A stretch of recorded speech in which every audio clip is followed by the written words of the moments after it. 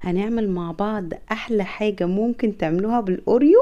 حاجة حلوة كده على البارد، مش هتاخد وقت كبير معاكم، وبجد طعمها رهيب يا جماعة. تعالوا بقى نشوف هنعملها ازاي. هحتاج 3 من الاوريو اللي هو فيه 6 قطع.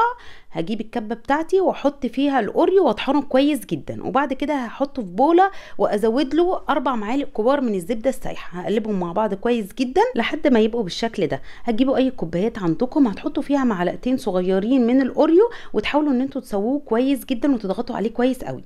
بعد كده هنعمل طبقه الكريمه. عندي كيسين من كريمه دريم اللي هو الحجم الصغير، هضيف لهم نص كوبايه من اللبن الساقع جدا، وهضربهم على سرعه عاليه لحد ما الكريمه بتاعتي تتقل بالشكل ده. بعد كده هزود لهم باقي الاوريو اللي فاض معايا. الكميه دي تعمل من 4 ل 6 كوبايات حسب حجم الكوبايه اللي انتوا هتعملوا فيها. حطيت الكريمه في كيس حلواني، وهبتدي ان انا املى الكوبايات بتاعتي بالكريمه دي يا جماعه. طعمها حلو وخفيفه جدا. هساوي طبقه الكريمه بالمعلقه وهحطهم في التلاجة لحد ما اعمل اخر طبقه. هجيب بقى نص كوبايه من الشوكولاته، اي نوع شوكولاته بتحبوها، هتحطوا عليه نص كوبايه من كريمه الحلويات السايله، وتحطوها في الميكرويف 30 ثانيه وتقلبوها لحد ما تعمل معاكم صوص شوكولاته تحفه كده وحلوه قوي.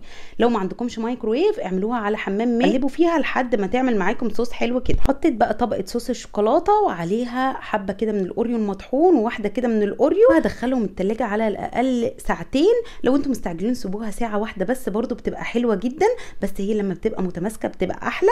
ودي بقى شكلها بجد طعمها تحفه، خفيفه جدا. الكريمه طعمها خفيف لاني ما ضفتلهاش اي سكر. جربوها، انا واثقه جدا انها تعجبكم. وطبعا لو عجبكم الفيديو ما تنسوش اللايك والشير، واشوفكم على خير في فيديو جديد.